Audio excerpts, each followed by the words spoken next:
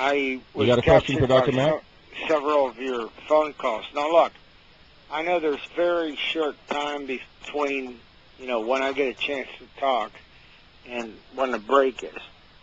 But I would like Dr. Mack, first of all, to help me with this.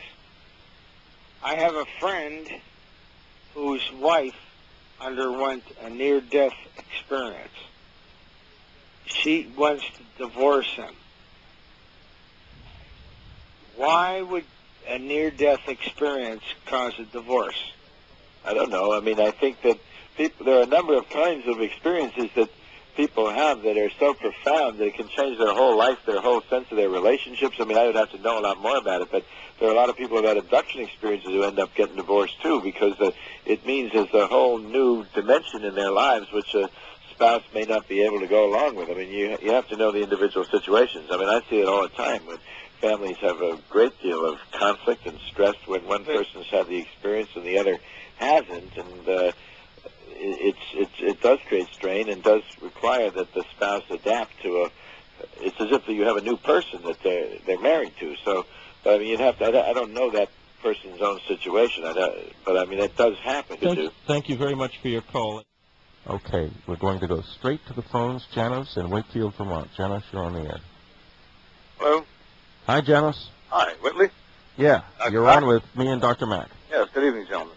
Hi. I've been listening for the last 45 minutes, and I tuned in of you were talking about the Illuminati and the Greys, some kind of a tie-in with.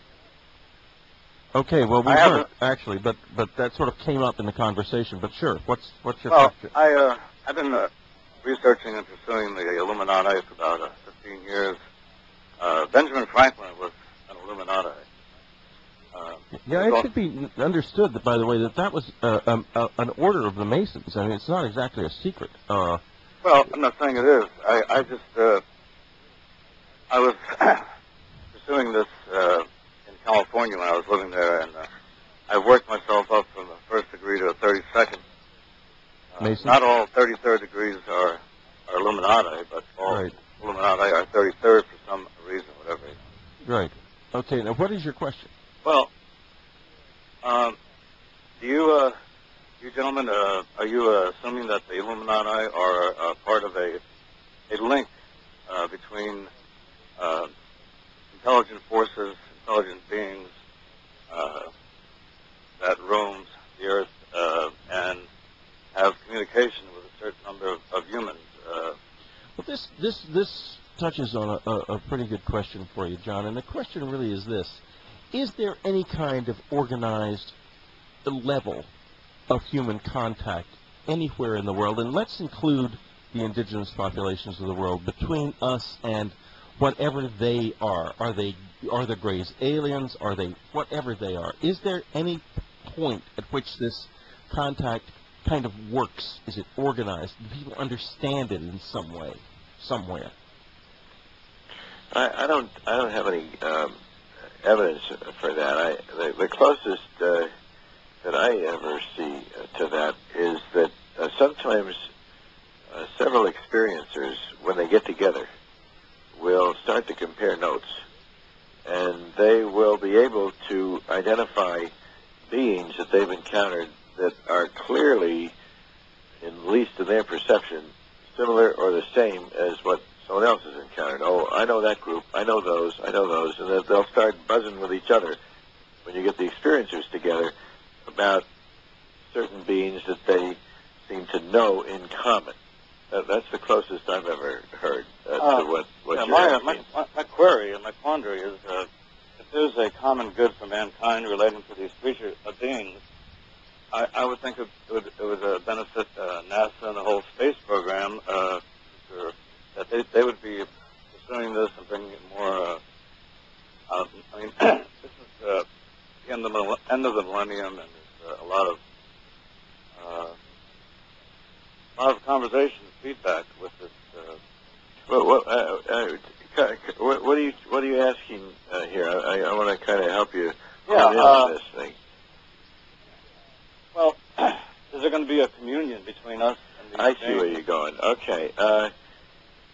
I don't know. You know, there is some suggestion, and Whitley, you can comment on this because you've had the experience. There's some suggestion that the very nature of the communication with these beings varies with our consciousness. In other words, if there's an awakening, if there's I'm not talking about Illuminati now, I'm just saying there is a kind of opening of consciousness, an awakening, that when that happens, people push through the fear. You mentioned fear before. Yes. That the experience itself transforms, it changes, and that there is more of a kind of reciprocity. Now, that doesn't mean that suddenly all these beings are going to reveal themselves in material form on the earth. It doesn't seem to work that way. But the connection improves. It becomes a kind of trans-species communication across some sort of interdimensional divide. That seems to happen. But I don't, myself, I know people say, why don't they just all show up here, you know. And first of all, the millennium is not a millennium in the cosmos. The millennium is a millennium here because we developed a calendar based on what was considered to be the birth of Christ. And as far as I know, the millennium is not something that's been published in the universe. So it's hard to believe that the cosmos would particularly honor those dates.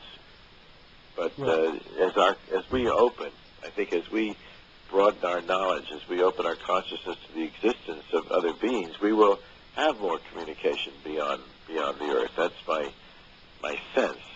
Well, a lot of close encounter witnesses in my life, people who are friends of mine, are going in the process of getting to a whole other level with this. I know I went through initially terrible fear, then a period of sort of euphoria when I realized that, hey, I can kind of do this, actually, if I keep going out in the woods in the middle of the night and getting myself good and terrified, it's sort of working. I'm sort of getting somewhere. Then I found out about implants, and I went through a couple of years of more fear, and that ended with my reconciliation with the fact that the thing in my ear, which I've talked about on this program a few times, and which was, for those of you who don't know, an attempt was made to remove it surgically. I remember the night it was put in May of 1994 very well. And when the attempt was made, the thing kind of came to life and moved down into another part of my ear, scaring the surgeon and causing him to close the incision. I was then left with the fact. Hello?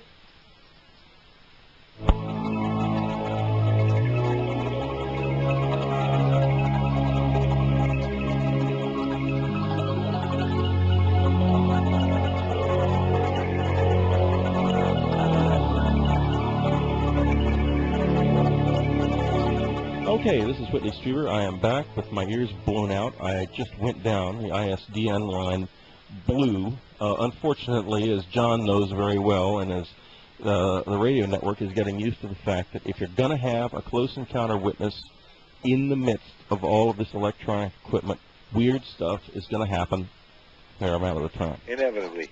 I've been in lecture situations where the whole PA system blew out when there was an experiencer around. You know, just nobody knows how that happens. Well, this radio network is discovering what that's like to do that in front of millions of people, which we do it almost every week. Okay, John, let's keep going with our calls because we're coming up on to the top of the hour. Let's go to Janet in Pollock Pine, California. Janet, you're on the air. Hi. Hi, Janet. I've read all of your books, and I thoroughly enjoyed them. I'm halfway through Abduction. And okay, speak straight into the phone, Janet. We can't hear you. Oh, sorry. I'm halfway through Abduction, and it's really difficult for me to read. It touches a lot of bases. Anyways, the reason I was calling, lately, well, I guess since about April of this year, I've been having some different dreams, let's put it that way, to the point where I'll wake up and I'll be scared out of my wits. Well, a few months ago, I woke up and saw grays right next to the couch where I was laying on. I freaked, and they just disappeared, okay? Ever since then, it seems as though if I have two dreams in a row that have, well, for instance, I had two dreams in a row that there was going to be earthquakes, and that was the day before, the last dream was the day before